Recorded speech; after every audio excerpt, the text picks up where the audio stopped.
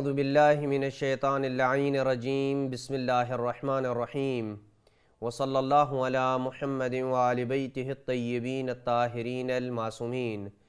بارگاہ ملکوتی امیر المومنین سرزمین نجف اشرف سے صحن حضرت امیر المومنین سے مومنین کرام کی خدمت میں سلسلہ احکام شرعیہ بیت الخلاء کے احکام تک پہنچا ہے۔ گزشتہ درس میں ہم نے بیت الخلاء کے چند احکام کو بیان کیا تھا اور آج اسی سے ریلیٹڈ چند مزید احکام کو مومنین کرام کی خدمت میں بیان کرنے کی سعادت حاصل کریں گے۔ آج کا پہلا سوال یہ ہے کہ کن مقامات پر رفع حاجت کرنا حرام ہے؟ وہ کون سے مقامات ہیں جہاں پہ انسان کے لیے رفع حاجت کرنا یعنی پیشاب یا پاخانہ کرنا یہ جائز نہیں ہے، حرام ہے؟ جواب یہ ہے کہ 4 مقامات ایسے ہیں جہاں پہ رفع حاجت کرنا حرام ہے۔ نمبر 1، بند گلی میں رفع حاجت کرنا یہ جائز نہیں ہے۔ اگر وہاں کے رہنے والوں نے اس کی اجازت نہ دے رکھی ہو تو اس صورت میں بند گلی میں پیشاب یا پاخانہ کرنا جائز نہیں ہے۔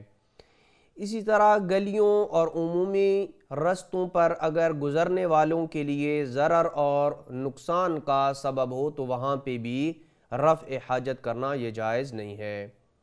نمبر 2، کسی انسان کی ملکیتی زمین میں جبکہ اس نے رفع حاجت کی اجازت نہ دے رکھی ہو، اور یہ ایک انتہائی مبتلا بھی مسئلہ ہے کہ عام طور پہ دیہاتوں میں جہاں پہ ٹوائلٹ وغیرہ کا رواج نہیں ہوتا ہے تو لوگ چلتے چلتے کھیتوں میں جو کسی کی ملکیت میں ہوتی ہیں وہاں پہ رفع حاجت کرتے ہیں۔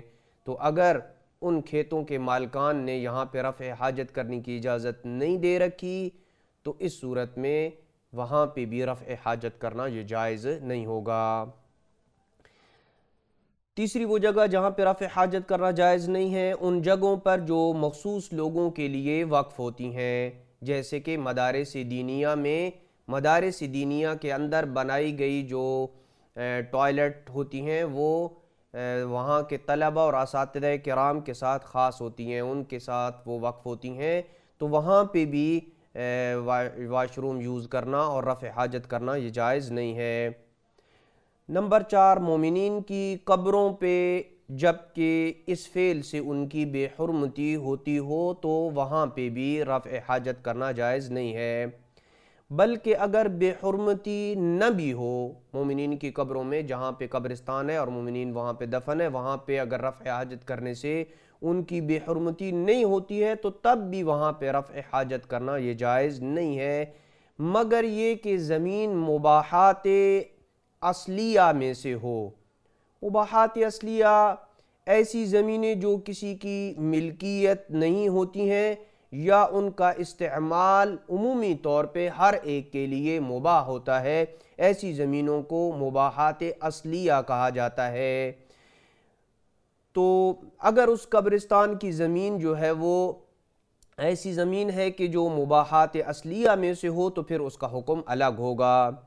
اسی طرح ہر اس جگہ رفع حاجت کرنا یہ حرام ہے جہاں دین یا مذہب کے مقدسات کی بے حرمتی کا سبب بنے تو وہاں بھی رفع حاجت کرنا یہ جائز نہیں ہے۔ وصلی اللہ علی محمد وآل بیتہ الطیبین الطاہرین المعصومین۔